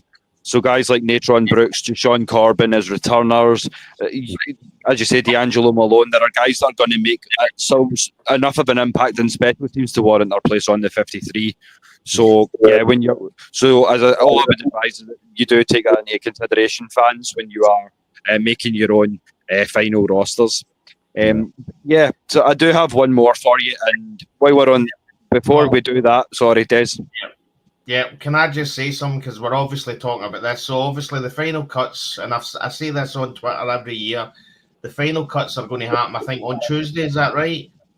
Yeah, that's right. Now, bearing in mind that this is guys' careers, so I've seen plenty of people who they hear that somebody's been cut, and then they come out saying that he was garbage, he was rubbish, he was useless, and all this kind of stuff. Remember, this is guys' careers. We're literally watching somebody's NFL career go down the pan. You know what I mean? So what I would ask anybody watching this and anybody on Twitter, when these cuts are announced, show a bit of respect for the guys. They've come into the training camp, they've worked hard, and they've done their best. They're still up there, top 1%. You know what I mean? So, but I've seen it before on other seasons where they effectively, as soon as a cut's made, they came in and it's all about how bad he was, and he'll not make anything, this and that. So all I ask is just show a bit of respect for these guys, because at some point that there's a potential that we could be seeing the end of these guys' careers in the NFL. So I just wanted to say that. Yeah, no, that was a great point, Des. And as I say, I'm glad you had the chance to make it there, because that's why you'll never see me laughing when someone's in for a few days and is cut, like we've had with Chark recently. Like all you will hear me say is thank you for the time. We gave you the opportunity, but you came down here, and for whatever capacity you were able to, you tried your best to ball out. So at the end of the day, we need to be appreciative of that effort from them. So well said, Des.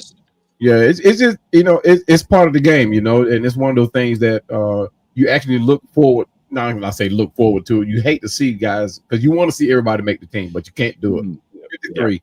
But when you look at a guy get cut, you have to wonder why a coach cut that guy. Sometimes some guys, it's no wonder. But there are some be like, hey, why do we cut, so and so? What would be the reason? But it's just something like the way a defense is built. Like we got Jeff Albrecht now. I'm not gonna say a totally different defense, but if Jeff Albrecht's defense is for viciousness, high flying hits, and if that guy is not, condensed to what the vision of Jeff Albrecht, I mean, he's that expendable guy. He's going to get cut. But and that's what I'm looking forward to, this defense. Who's going to form out this defense? Because I know Jeff Albrecht is a guy that he's from the old school. He likes viciousness. When it comes to that defense. So it's going to be nice to see who he keeps around and who he gets let go, who he puts on the practice squad. Yeah, I feel like who Jeff Albrecht picks for his defense is going to have a big hand in how successful we are this season. I think to a certain extent, in some cases even more so than the offense. We know the offense is going to make plays and we know they're going to score points. My big concern now is who's going to make the defensive roster. And did you want to jump in again on that, Des? Yeah, I mean, imagine how good it would be that all these players that get cut from the 53, that get cut out of the 53-man roster and don't make the practice squad.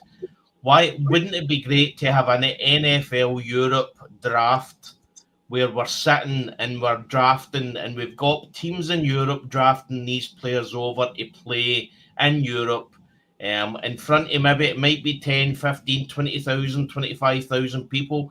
I mean, London and Berlin and all that will probably be more. But again, I'll keep on saying these guys are the top 1%, and there's some of these guys who deserve a chance to actually extend their career are going to effectively be cut, and their NFL career is over forever. And then they've got the CFL to go to, they've got the XFL or the USFL, whatever it's called, to go to. But how great would it be if these guys get cut and then we have an NFL Europe draft? I would love it.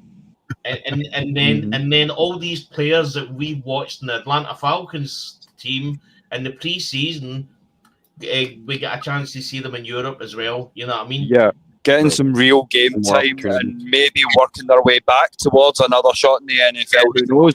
In the same way you see with the CFL, the UFL.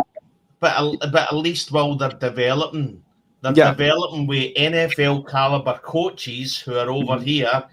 It's all about development. The coaches are development, so it's younger coaches that effectively are looking to make their way up to a mainstay in the NFL team, and the players as well. You know what I mean? It just makes I will scream this for the rooftops. and into a horse that we need to bring back NFL Europe. I feel like, as you say, we've talked about this a few times on the show, Des, and I feel like now we have even more of the infrastructure that would be required to do that than we ever have before. And I mean, speaking to you guys in the bottom row as well, I mean, how would you feel as Americans if there was another opportunity that some of these players who have failed in the NFL, there's another way to buy another chance? You can maybe go to Europe, to have another pipeline in there. It's going to be great for like the up and comers coming out of college, and they go, maybe I'm not good enough to go straight to the NFL. I can maybe go to Europe for a year or two and things of that nature if they feel like they're not quite hitting the top 1%. So, I mean, how do you guys feel about that from the American standpoint? Do you think that would be a good idea? I think it's an excellent idea. Not only does it give college players an opportunity, the one that doesn't make it in the NFL an opportunity, but you look at guys who are potentially playing, let's just say, rugby football, who has that interest of playing in the NFL. Now, most of those guys who play rugby, they don't want to play the NFL. They want to stay rugby. I think they think the NFL has gotten too passive. So, but those guys love the viciousness of the sport. So, but back to the college players, if they don't make it into the XFL, they don't find a spot in the UFL. You know, they can always go play Europe football, which a lot of players, you know, go play when they don't make it professionally over here in the United States. They go play professionally. So that's an excellent opportunity. Plus, marketing is there.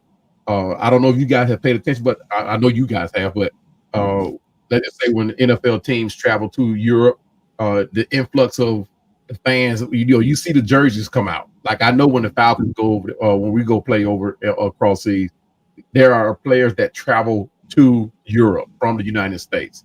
So it's an excellent opportunity to market. As far as the player standpoint, it's not the end for you. You get cut in the NFL. You don't find an opportunity in the USFL or the XFL, but you got to stop to make over here in Europe football, which is an excellent opportunity to grow the market. So you still get an opportunity to show your name. Yeah, I completely agree with that. I think it's a great sort of thing, and definitely something that we can put into fruition. Shout out again to the chats. A couple of guys just jumping on. So Wallace, and we've also got Lee 85. So, thanks for showing all the love. Thanks for coming on as always, fellas. Just getting ready. Before you jump in again. Yeah, sure thing. Is if we ever have a Glasgow or a Scottish Aints, I ain't supporting them. It's as simple as that. Yeah, I don't care if they're literally in my back garden. I am not opening the curtains to watch them. If I see that fleur de lis anywhere in Scotland, there will be riots.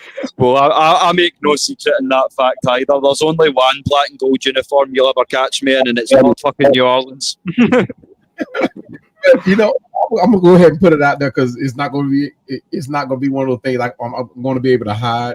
I do have an upcoming show that with Come On In Sports Network, and these guys here are Saints fans, but that show we're going to talk about the rivalry, not necessarily the competition between it, but the rivalry itself, how it got started, that type of thing. Because I'm an old school guy, he's an old school guy, so we're going to collab together and and that show is going to air the same week that the Atlanta Hawks get the chance to go play in New Orleans against the Pelicans, and we're going to be playing the Saints that same week. So we're going to air that same week, and all it is just we're going to talk about the competition and the rivalry up until date. So it's no me saying there's an opportunity for me to like the Saints, but there's only one other team that I hate worse than the Saints, and that's those Cowboys. The Cowboys, and it's for a viable reason. But no, it's not a way to collab with the Saints. That's not going to happen. Forget it. They still shoe. I get on there and talk trash. 100%. My top three hates are the Goat Man. I wouldn't even put it in order. The Goat Man, Sean Haytham. I hate that man. That choke. I hate that man. So I don't even use his real name. It's Sean Haytham. and the Aints. So that's my three. Yeah. Boatman, Sean Haytham, and the Aints. That's an interesting question. I'm going to put that to you as well, Cam. Now that we're talking about some of the things we hate, if you had to pick a top three of things that you hate in the NFL, what would it be? Yeah, I mean, definitely the Saints there. Preseason? I don't. Oh. Yeah, preseason. Yeah, that's a good one. I don't know. Any guys I like look back on and like, I don't know. Taysom Hill. Yeah. Taysom Hill is that guy. I mean, my God, that guy. We could never do anything with him. I mean, he played quarterback for the Saints, tight end. He run out the backfield. I mean, whatever they ask that guy to do, he's a true athlete. My hat's off to him. Not because he's a Saints fan, a Saints player, but because he's an athlete that I like. I mean, my goodness, he was just, if he was in the lineup when he got injured, guys, I'm telling you, I hate to say it, I was glad he was hurt when we played him. But he was that guy. But it's going to be so nice to sweep them this year. It's going to be so nice to sweep them. It's going to be real nice. And I mean, that would be my top three in terms of people that you just hate from the NFL. It would be Sean Haytham. I'm right there with you for the Bounty Gate because I'm a Brett Favre fan. So fuck you for that. Also, Spencer Rattled because I don't know what it is. I've always hated the kid, as I said to you last night. And then probably Dak Prescott. Okay. Because I can't. It doesn't matter what he does. I can't bring myself to even give him any kudos or any brownie points. I don't care who it is. You got a star on the side of your head. You got hate from me. I don't care. Even if we got a chance to pick up a player from the Dallas Cowboys, I'm going to be dead set against it. I don't want them. Forget it. I'd rather lose than pick up a player from that came from Dallas. I was a 10-year-old kid, and very young in the game, and was starting to understand the game of football. And the Falcons, Dallas came here. And they stole the game from us. They literally did. They came down the last few minutes of the fourth quarter, and in typical Atlanta Falcons fashion, we let Dallas come in and take the national championship from us. I mean, the NFC championship from us. I mean, that broke my heart. That was 1980, wasn't it? 1980. Yeah. Exactly. That's a tough one. I guess I'll throw in Baker Mayfield. Just because, kid. Nice choice. Yeah, and back then they actually gave out actual footballs. It's in my office. I'm in my man cave. They gave out actual footballs. I still have it. And the other thing that broke my heart was I was trying to get William Andrews to sign my ball, and I actually went under the little rope thing, and I'm running behind him trying to get him to sign it, and that security guard grabbed me up, man. And I mean, not only did I lose the game, I didn't get William Andrews to sign my ball, and I'm like, oh my gosh. Yeah, not only did you lose the game, you almost lost your sneaks in the process of being snatched. So we'll start kind of getting into the last sort of few bits and pieces that we've got to go over. So this is something again like 2083. I'm going to say it one more time tonight, and then I really don't want to hear it anymore. But there's been another chapter to the Micah Parsons saga. I will have to cover it one more time. He was walking into the stadium. That's exactly it. Walking into the stadium, and an Atlanta Falcons fan says, "Come to the Falcons," and Micah responds with, "Make the call." Make the call. Well, you guys would take him. Nah, we can't get him. We're broke. Not anymore. Like, if you had a shot to get him, let's just say the Falcons had a shot to get him, and Michael wanted out of Dallas. I mean, and we have a shot to get him. Would you take him? Oh, if we have a shot to land him, then he's certainly a nice piece to have. I feel like he's maybe lost a step because he's not training the way that he was. He's not practicing with the same intensity, but when you get him back on that field, he's a talented athlete. I feel like I would take him. Yeah. That's the thing. Like, he's so great, but it just hurts me on what we'd have to give just to get him. And Like, Yeah. man. Yeah. I'll get my phone out and I'll start the first $20. You know what I mean? I'll start the first $20. You know what I mean? There you go. We'll get an auction running. I don't know if we're quite going to hit the 44 million you're looking for, Micah, but we'll see what we can do. Yeah, great job. Great job, there, Dominique. Dominique called it. I don't want him. I don't know. I'm just not a fan.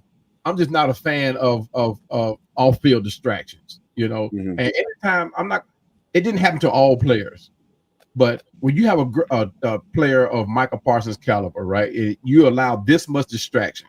One of those things you take behind close. Look at Trey Hendrickson.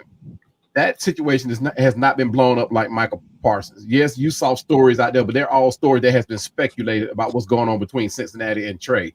Nothing can be put out there on paper until Trey comes out and says, "Hey, this is what's going on." He signs off on it, but it's not to the level of Michael Parsons and Dallas.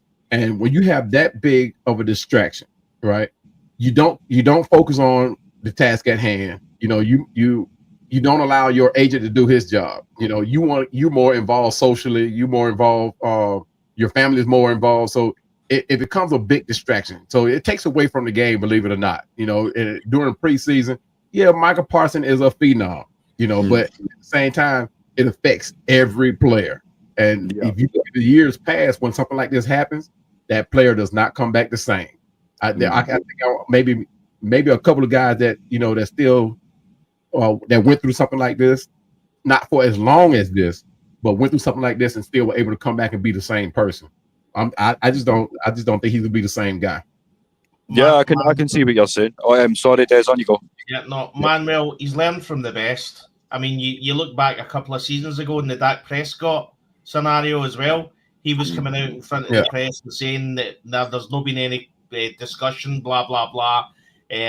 Not sure whether he's going to be here next year and all that kind of stuff. So if Micah Parsons wants to work out how to get the biggest contract, he's effectively he's copying what Dak Prescott done. I mean, to be honest, the Dallas Cowboys isn't a football club. It's a soap opera. That's what it is. And that's what I'm saying. To kind of jump on the back of what both of you guys are saying, you don't really want the drama. If you're only talking about the athletic side of Micah Parsons, 100% give me that guy in red and black if the money's there. But when you're talking about the off-the-field issues, this is why guys like, what was the name of the kid that Baltimore took that fell in the draft, Mike Green? That's why he fell. Off-the-field character issues or off-the-field drama, some teams will just not want to touch you, so I can completely agree with that. And I'm going to touch on a comment here from Tony. So I say let them, because they're only going to talk like that until we stomp their ass. So that's all I'm going to say there. Let them talk. I said the last show, when we win the Super Bowl ring, I want 283 diamonds on that Super Bowl ring. 283 diamonds. That's our 28-3, and you can shove it. You can shove it. I'm sick of it. I still can't watch that game. I see a clip here, I turn it off. I still feel pain thinking about that, how close we were. Yeah. You know what I mean? So honestly, it was a bad night. I went to practice, and obviously playing receiver, someone gives me a phone and goes, "What do you think of this catch?" And it was the Edelman one, and I went, "If it's that catch, I don't want to see it. I don't care how good it was. I don't want to see it. I really don't."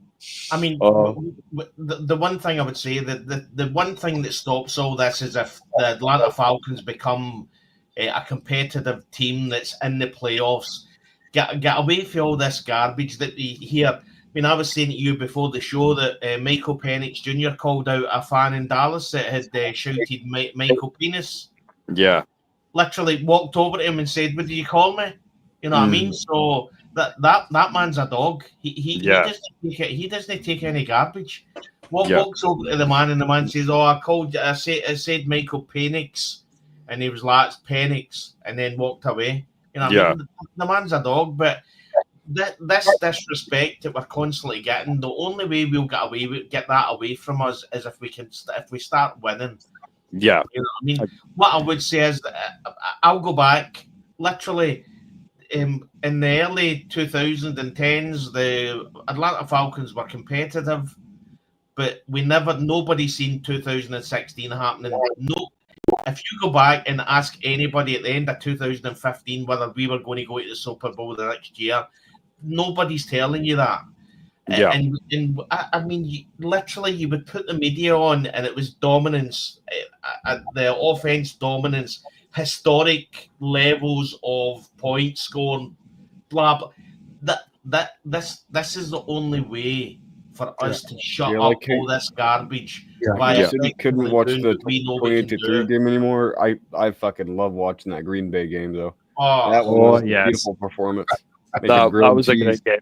Last game in the dome. What a game to shut the dome down with. Oh yeah, that was a beautiful farewell. What a game, as you say, to close the doors on. Yeah, I was even surprised by how well. Like I remember talking trash to a Packers fan the day before the game, and then I was like, "Holy shit!" They really surprised me with that. That was an insane performance. Yeah, like for having a long and painful history, there are a few moments that do shine out, and that's definitely one of them. Yeah. But that Green Bay game, yes, it was a great game. But the one game that stood out to me was the game against the Commanders for two reasons. One, the road to the Super Bowl is going to go through Washington. We're going to face them. But the way Penix orchestrated that game, guys, I mean, he even got Kyle Pitts into the mix. And at that point, when I saw the way Kyle Pitts played that game, I was all back in on Kyle Pitts. Yeah. I'm like, okay, maybe it was something between Cousins and Penix. But when I saw them two gelling together, because even Penix, I mean, Pitts was the way he was putting himself out there, like that one catch where he had to, he had to go up and get it. And he wasn't doing that for Cousins. He just let the ball fly over his head, because there were times where you saw Pitts, it's like, okay, it's up there. But he didn't do that for Penix. He actually played for Penix. Manuel, I'm going to say something. You look at Kyle Pitts. What has Kyle Pitts got in common with Kirk Cousins? I mean, seriously. Yeah. I mean, it's chalk and cheese. I think there was actually something. I always say it's not just about the player. It's about the personalities and how they gel. You know what I mean? I've worked with people that effectively you just got on well with them. You just gel with them. Yeah. And you know that you can work with these guys.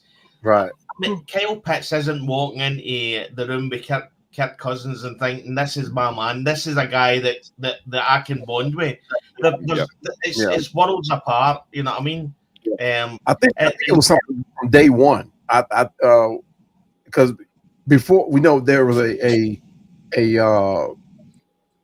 situation where they were saying that they were tampering with Cousins, and they said there was a conversation between Cousins and Pitts. I don't think it had nothing to do with the team, and this is just my honest opinion, guys. Kirk Cousins went to Kyle Pitts and says, "Hey, can I have my number 8 jersey?" And Pitts said no. I think that made a whole difference in the season between the chemistry between. That's just my personal opinion, because players do get real touchy about those jerseys. You get some of these players that's paying like $1 and $2 million just so they can get pick their number. Yeah, but Kirk had the money to pay off those jerseys, those Pitts jerseys. Yeah, because I think he went to him and asked him, "Hey, can I get that number 8?" And Pitts was like, "No, I'm keeping my number 8." Well, it's an interesting point when you say that, because I feel like, Matt, the way I've always looked at it is the player makes the jersey, not the other way about. I personally feel like you don't need a number to make a player. How are you feeling about it, Des? But you got a lot of players that are very superstitious about that, though. Yeah, but true. What a lot of people don't understand is it's not just paying the player for the jerseys. If there's any jerseys that are still out there on sale, you have to actually buy them out. Well. Yeah. You know what I mean? So effectively, you imagine how many Kyle Pitts or how many Kyle Pitts jerseys number 8 are out there. Especially being a starter too. Yeah. Yeah, that also pissed off fans too. All the fans who got 8 jerseys for Pitts. But I got to say, Manuel, that's the first I've heard that one. So that was just a thought. Yeah, Kyle, the one thing that Kirk Cousins has never had was a tight end like Kyle Pitts. So for anything, I don't think he had Kirk Cousins had anything to do with Kyle Pitts getting selected in the draft. I think it was already made up in their mind they were going to select him. You know, but I think that conversation didn't have anything to do with Kirk Cousins coming to Atlanta or Kyle Pitts being here. I think the whole thing was about that jersey, because I don't see anything else being an issue.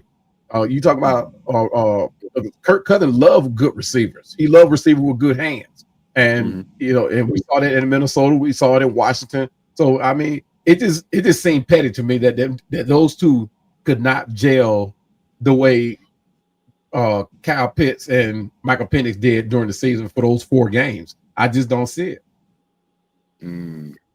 Yeah, I kind of see what you're saying. I've got someone coming in with a caveat here. Was saying, nah, that was not the case. They said it would cost them too much to pay out the number 8 for Pitts. I didn't know too much about that situation. I figured he would have taken 8 when he got there. When he didn't, I just figured Kyle's not agreed to give him it. I didn't even think into the, obviously, as Des says and as Manuel says, buying out the actual jerseys. Was Kyle Pitts not number 5 when he was at Florida? He was the number 5. Why he got number 8, I don't know, but hey. Yeah, I don't know, man, but I guess that's just how it falls. But I just wanted to share. That was just my thought. Yeah, no, it was a really interesting talk because, as I say, me and Des hadn't heard that one before. But what we're going to do now, we've come to the sort of tail end of the show, so we're just going to drop one more reminder for you all to join the Kilted Revolution.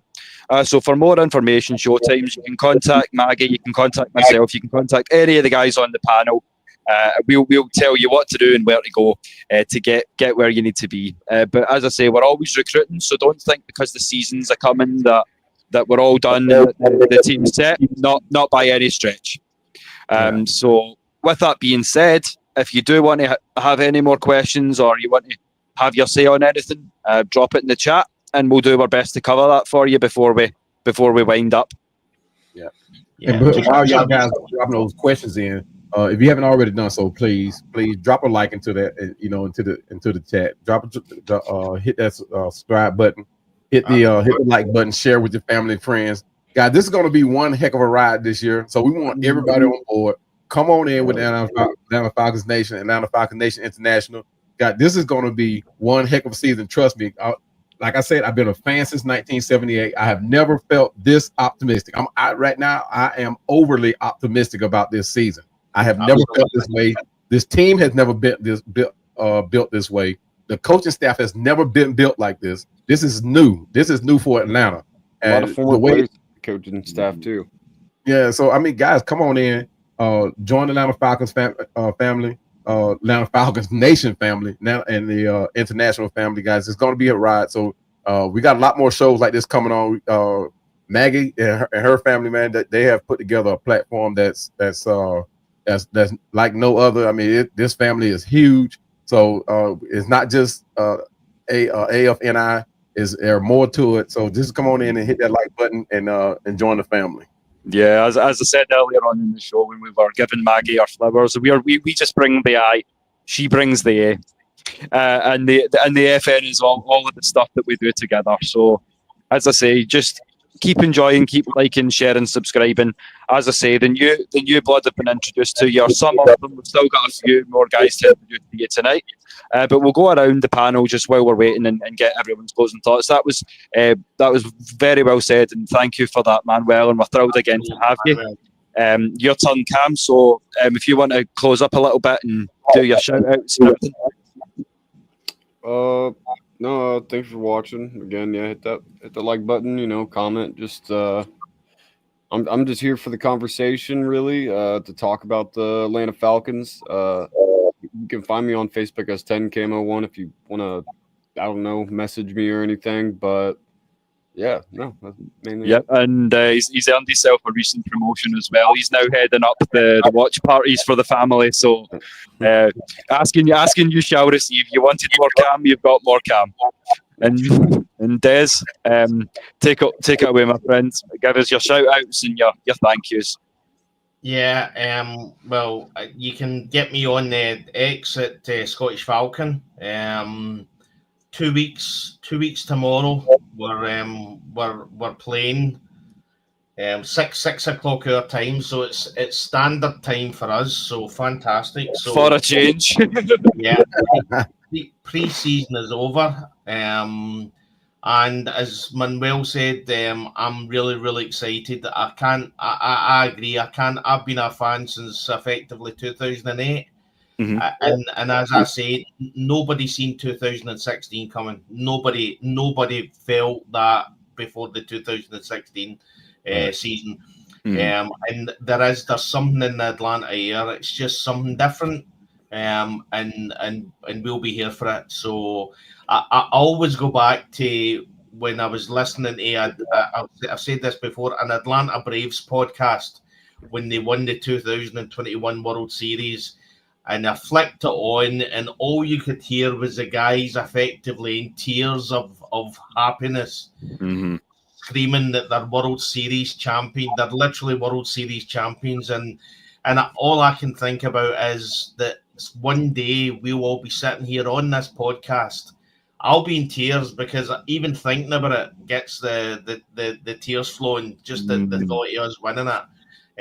I'll be in tears, and we'll be talking about how our team, the team that I love more than anything, is effectively the Super Bowl champions. And I can guarantee you don't often see me drink on stream because demonetization and all the rest of it. But I will bring a nice half, so I will have my whiskey on hand to toast everybody when we lift that Lombardi. So you heard it here first. But as I say, if you want to get at me, you can find me at YouTube, X, Instagram, TikTok, everywhere that's anywhere you can talk Falcons, you'll find me there. At Will the Thrill Waddle, that's WAD-L. And in closing, as we always say, pain is international, but so is passion. But in addition to the closing statement, we also tonight have a little extra special graphic that I've put together. So y'all can enjoy this one while we sign out. So for now, and until Thursday, peace out. Much love, family. Goodbye. Thanks, guys. Bye.